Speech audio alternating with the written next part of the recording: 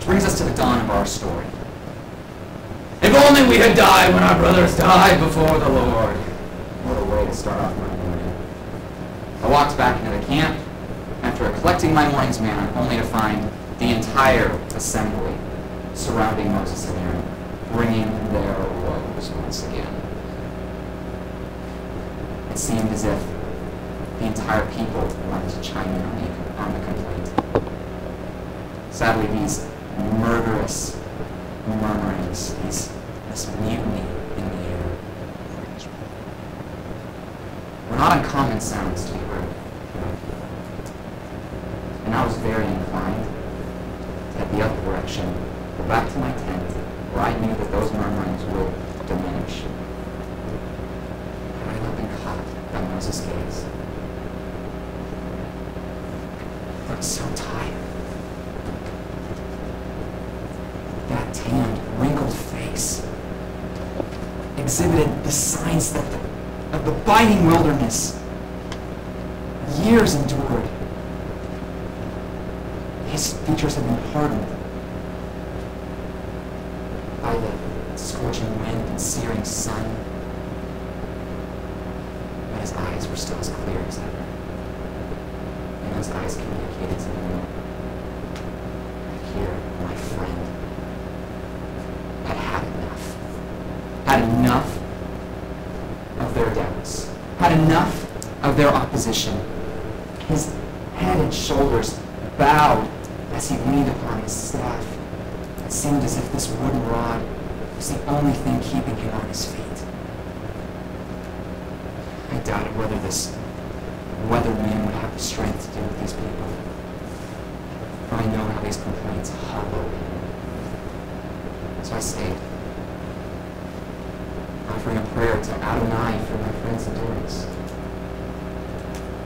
It was the first month of our year, the beginning of our festival calendar, and the time for Passover. It was a time for excitement. We only felt sadness. It's hard to celebrate even Passover when you're in the wilderness, especially in a place like Kadesh. You see, God had brought us back here, where Israel had once turned their backs on God. This was the place where they had rejected the land, and as if a testimony to their lacking faith which had sent us on this trek. Miriam, Moses' sister, and our prophetess, died. Everything about this physical and emotional atmosphere in which we found ourselves weighed down on us.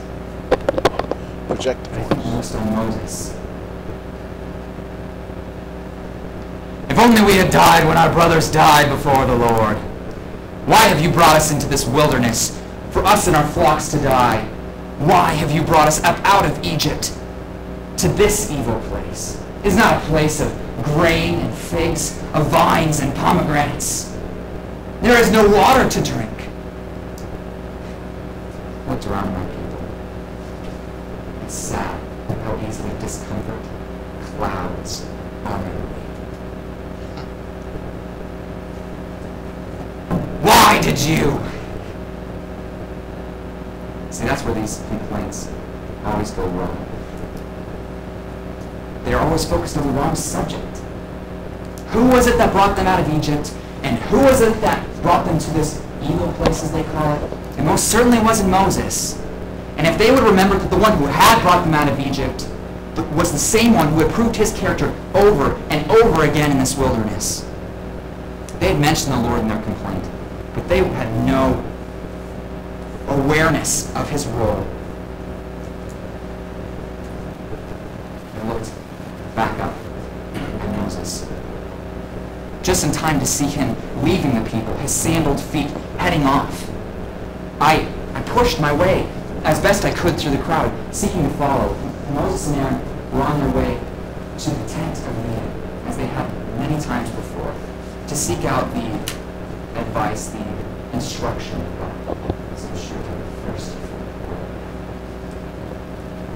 for. I saw them fall, face down, at the entrance. But I stood at a distance, knowing better than to approach the presence of glory where I had not been invited. I stood and waited for the Lord's instruction to find out what he had told my leaders, I wondered to myself, how would God respond to our complaint? Would it be with wrath, as it had been before, through fire and plague, or an enemy's sword, or perhaps by even the earth itself opening up as it had for Korah? Or if the Lord would be merciful to a people who so often doubt? You probably could guess which option I was more inclined to. Sooner than I expected, the brothers rose from the entrance and headed straight